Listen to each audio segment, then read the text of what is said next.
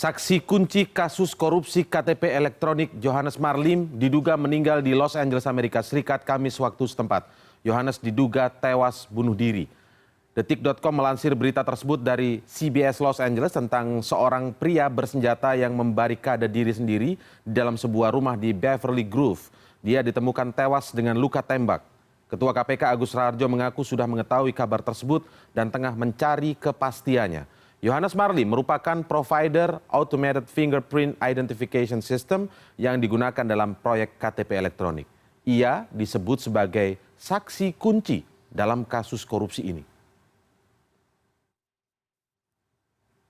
Sebelumnya pada tanggal 19 Juli lalu, kasus korupsi proyek pengadaan KTP elektronik memunculkan nama Johannes Marlim sebagai saksi kunci dalam persidangan terdakwa Irman dan Sugiharto.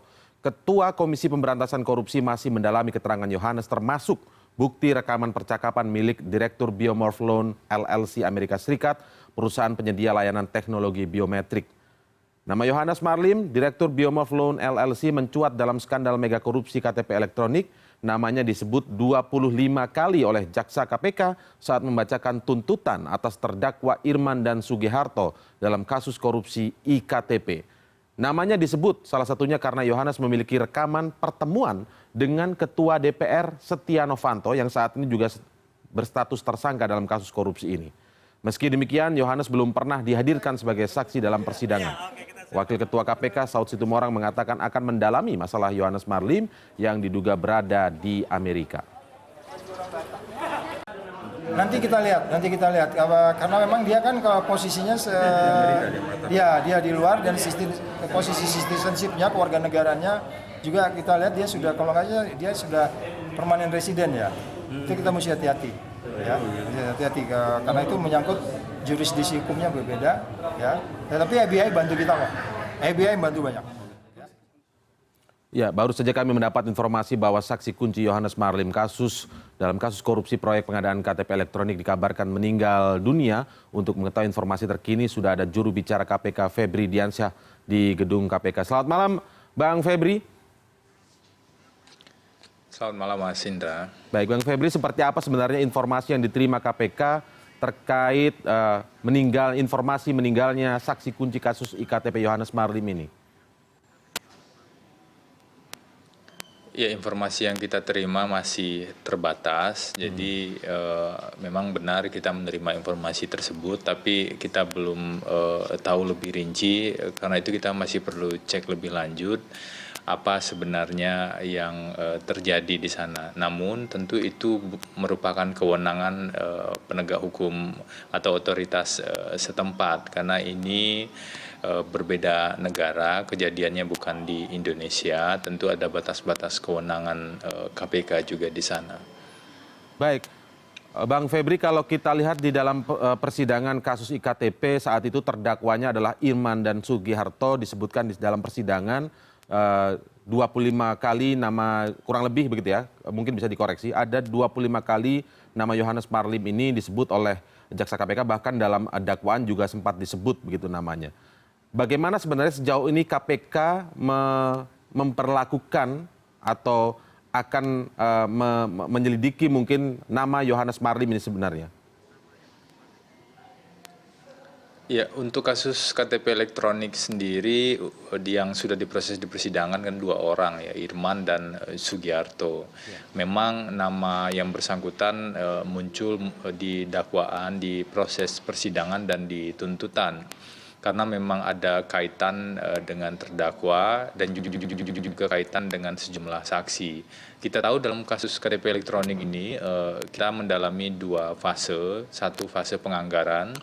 Fase penganggaran ini kita juga melihat bagaimana proses sebelumnya ketika anggaran belum ada tapi indikasi persekongkolan sudah ditemukan, dan juga fase pengadaan itu sendiri. Dan saksi itu ada dalam ranah-ranah yang seperti yang sudah dimunculkan juga di proses persidangan. Tentu kami juga melihat lebih lanjut bagaimana perkembangan penanganan perkara ini. Sekarang di tingkat penyidikan ada 2 orang yang sedang kita proses, yaitu tersangka SN dan tersangka MN, kedua-duanya adalah anggota DPR RI, dan satu orang pihak swasta akan disidang sekitar tanggal 14 Agustus 2017 ini. kami cukup yakin dengan bukti yang dimiliki saat ini, baik untuk proses persidangan yang sudah kita limpahkan tersebut ataupun penyidikan untuk dua orang tersangka saat ini. Tapi tentu kita akan lakukan analisis lebih jauh terkait dengan perkembangan informasi yang baru kita terima ini. Baik, Bang Febri, kalau disebut dalam persidangan pernah namanya satu kali disebut dari 25 kali itu, satu kali disinggung begitu atau disebut oleh jaksa KPK dalam persidangan. Mengapa dia kemudian menjadi salah satu saksi kunci? Karena disebutkan dia memiliki rekaman pembicaraan saat melakukan pertemuan dengan Setia Novanto, Ketua DPR RI yang saat ini juga menjadi tersangka kasus korupsi IKTP ini. Nah, kemudian dengan kondisi yang seperti itu dan saat ini dikabarkan meninggal dunia, memang masih akan terus dicari kebenarannya begitu oleh KPK dan sejumlah penegak hukum yang lain. Tetapi kalau ini memang benar terjadi, seberapa berdampak penanganan kasus korupsi ini dengan meninggalnya Yohannes Marlim? Ya, KPK tentu tidak bergantung pada satu bukti saja atau satu keterangan saksi saja. Ini kita lakukan dalam banyak penyidikan kasus tindak pidana korupsi.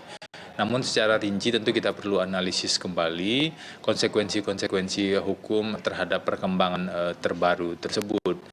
Yang pasti dua orang terdakwa yang kita ajukan di persidangan meskipun tanpa kehadiran yang bersangkutan tetap kemudian dinyatakan terbukti oleh hakim. Kita tahu kemudian divonis bersalah dan indikasi kerugian keuangan negara 2,3 triliun yang kita sebutkan sebelumnya di dakwaan itu juga dinyatakan terbukti oleh hakim.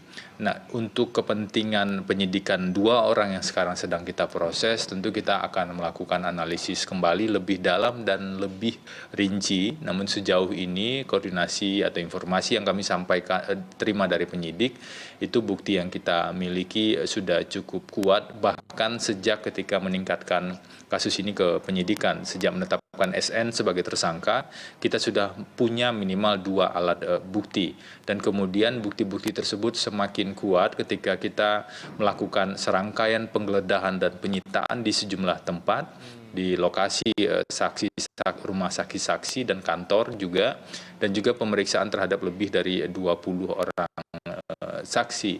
Jadi kami cukup yakin dengan bukti yang dimiliki. Baik, Yohannes Marlim ini sendiri apakah memang sebelumnya sudah beberapa kali diperiksa oleh KPK atau belum sama sekali sebenarnya Bang Febri? Untuk pemeriksaan di persidangan kan kita tahu itu belum dihadirkan ya karena ada faktor perbedaan negara di sana. Untuk proses penyidikan dua orang tersangka ini saya kira belum ada informasi soal pemeriksaan yang bersangkutan.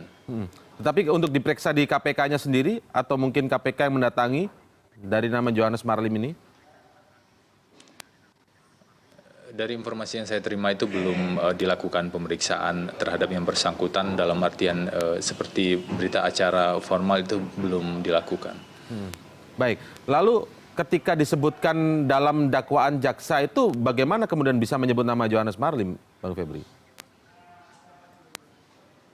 Tentu saja kita memiliki bukti-bukti yang lain. Ada 5 alat bukti yang diatur di KUHP. Ketika ada informasi misalnya dari terdakwa atau dari saksi atau dari bukti-bukti yang lain, sebenarnya dengan atau adanya pengakuan dari pihak-pihak tertentu, itu kita sudah meyakini adanya peristiwa tertentu.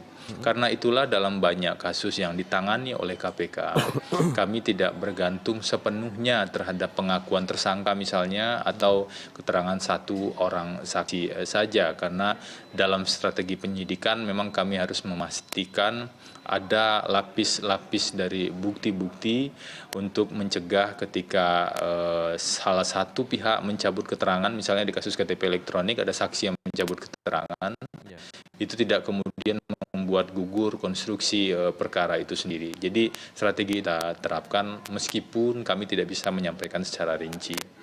Baik, ini kan pernah disebutkan juga bahwa Yohannes Marlim memiliki rekaman pertemuan dengan Ketua DPR Setia Novanto. Seberapa jauh sebenarnya KPK mendalami persoalan ini, pernyataan ini tentang adanya rekaman pertemuan antara Yohannes Marlim dengan Setia Novanto? Untuk pertemuan-pertemuan itu kita dalami juga. Itu salah satu materi di proses penyidikan yang kita dalami terhadap sejumlah pihak. Karena itulah ada saksi-saksi yang kita panggil, ada catatan-catatan yang kita cermati lebih jauh. Kami tentu memiliki bukti terkait dengan pertemuan tersebut. Kalau kita simak misalnya putusan pengadilan tindak pidana korupsi untuk 2 orang terdakwa, di sana disebutkan juga peran dari tersangka SN pada saat proyek ini dibahas, misalnya di tahap awal, ini tentu membuktikan bahwa hakim mempertimbangkan fakta tersebut di persidangan. Namun memang ada beberapa fakta yang belum dipertimbangkan oleh hakim yang kemudian menjadi salah satu materi banding yang diajukan oleh penuntut umum KPK. Baik, sekali lagi saya ingin menggarisbawahi Bang Febri terakhir, dengan adanya informasi ini artinya sama sekali tidak menghambat upaya KPK mengungkap tuntas kasus korupsi IKTP ya? Kami cukup yakin kami miliki baik di tingkat persidangan yang sudah berjalan, persidangan yang akan berjalan ataupun di penyidikan yang sedang berjalan saat ini. Namun konsekuensi-konsekuensi yang lebih rinci tentu kami analisis terlebih dahulu. Baik, terima kasih atas waktunya juru bicara KPK Febri Diansah. Terima kasih.